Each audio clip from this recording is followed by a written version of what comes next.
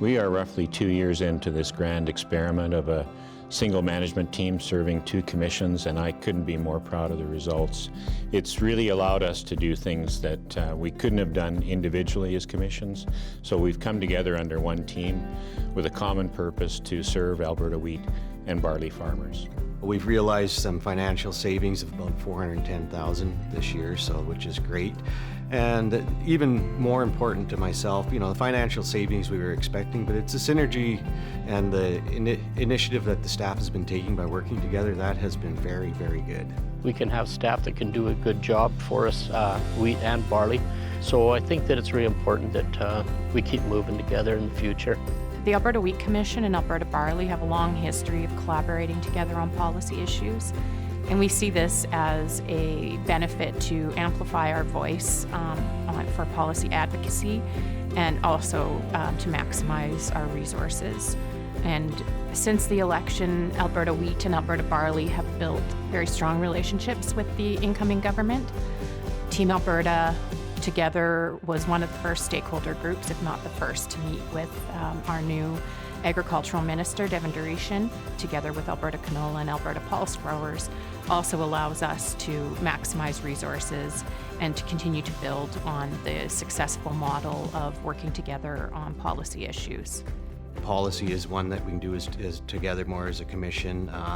We still have separation in things like research and marketing, but there's still common threads between that work very well. By representing both the Alberta Wheat Commission and the Alberta Barley Commission, our approach has been streamlined in working with our partners to ensure greater movement of grain. As farmers continue to grow more grain, we are committed to seeing new records set.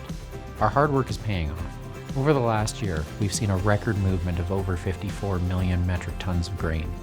When Alberta Wheat Commission and Alberta Barley merged staff, we realized that we had extra capacity in the research department in terms of project management.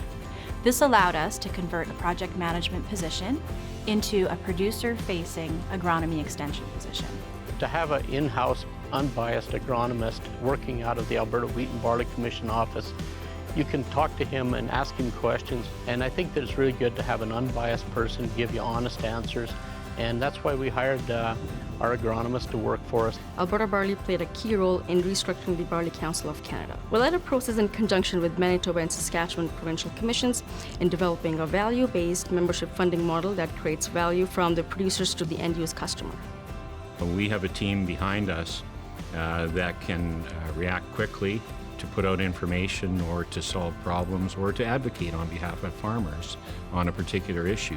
For example, this year we've had a significant issue with falling number in wheat, and immediately our teams in markets, research, grower relations and communications came together, got information out to producers in a special edition of The Growing Point, and that really is a testament to how we've been able to develop the model. This year, the Alberta Barley Commission worked with our national partners to create the Made in Canada Tour. This tour allowed farmers from the Red Deer area to directly promote new malt varieties to maltsters, grain buyers, and brewers from across North America. As part of our efforts to promote increased wheat consumption in our export markets, the Alberta Wheat Commission supported training for millers and bakers in South America. In order to continue successfully marketing Canadian wheat, we're not only going to need to know our markets, we're also going to need to know our competitors. It was always the intention of the Prairie Wheat and Barley Commissions to take over the responsibility of the core breeding agreements when the WCD ended.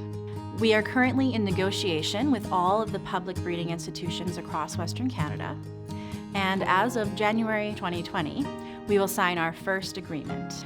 The core breeding agreements are important agreements to Western Canada producers. They'll not only increase our research contributions significantly, but they'll also go towards supporting human resource capacity in breeding and variety development across Canada. I'm extremely proud of the fact that we have multiple communication channels that we're able to offer information to farmers, whether it be the Grain Exchange newsletter, Grains West magazine, now the Growing Point newsletter, plus our increasing social media and our existing conventional media presence. That's been a great benefit. I mean, essentially it allows us to take the farmer voice out into the public domain. And I think that's one of the strengths of our organization. I think that we're going to start working on more podcasts. You can have the agronomists, the research scientists, the marketers actually get out and explain it. The younger generation of farmers want to be informed and they want it now, and it's a very good way of getting very good information out. The management integration offered us the opportunity to combine resources and ramp up what we were offering in the kids' education realm. And so at the Calgary Stampede, we unveiled a brand new augmented reality experience. The new booth has kids holding up iPads that have videos and images and games that pop up at them. And I think ultimately it's been rewarding for us to be there and to provide that farm-to-table process in that fun, educational way. The new Grains West podcast, it launched this past spring. We talked to farmers and industry professionals all about a wide range of topics. We talked farmer mental health and about new malting varieties, getting them to market and what that could mean for the craft and commercial beer industries.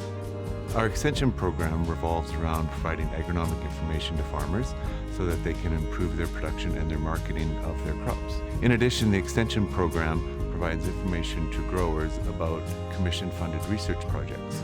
In terms of what we're able to do now, we have more resources, we work in teams, and we work across areas of responsibility. So the research team works closely with the policy team, and the policy team works closely with the communications team. There's always going to have to be some good staff in place to work with both boards and say, okay, these are the concerns we have. And so there will always be some distinction between wheat and barley for sure. The fact that we are gaining efficiencies, we're showing more value to the producer, I think that was the goal of doing this. What's happened with the integration of the management teams is it creates synergies.